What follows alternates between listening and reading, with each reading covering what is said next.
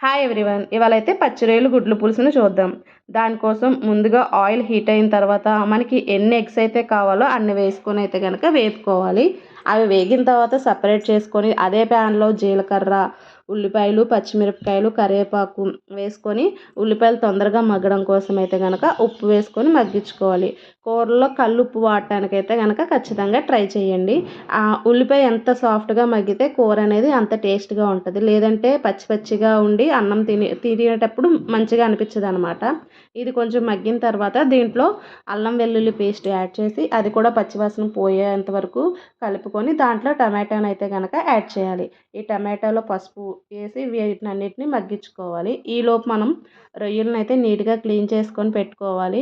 పసుపు ఉప్పు వేసి రొయ్యలు నీట్గా క్లీన్ చేసుకోవాలి. లేదంటే కనుక కూరలో నీచు వాసన వస్తుంది అనమాట.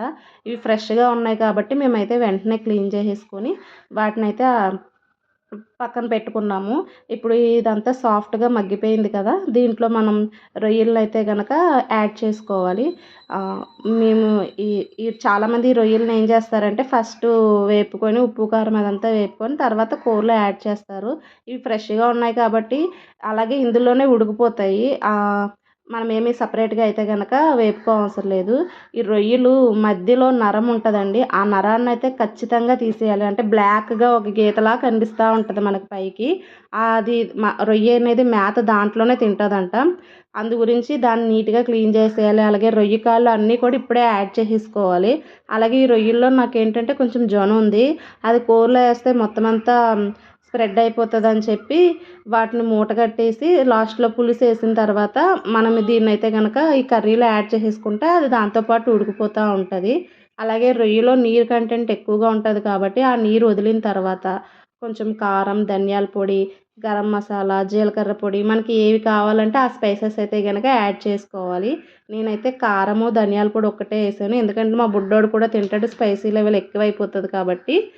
ఇలా వేసుకున్నా బాగానే ఉంటుంది. ఎవరైతే మసాలా కొంచెం తక్కువగా తినాలి అని అనుకుంటున్నారో వాళ్ళ కోసం అయితే మనం మూత పెట్టుకొని మగ్గించుకుంటూ ఉంటే నీరు అనేది బాగా వస్తుంది అనమాట.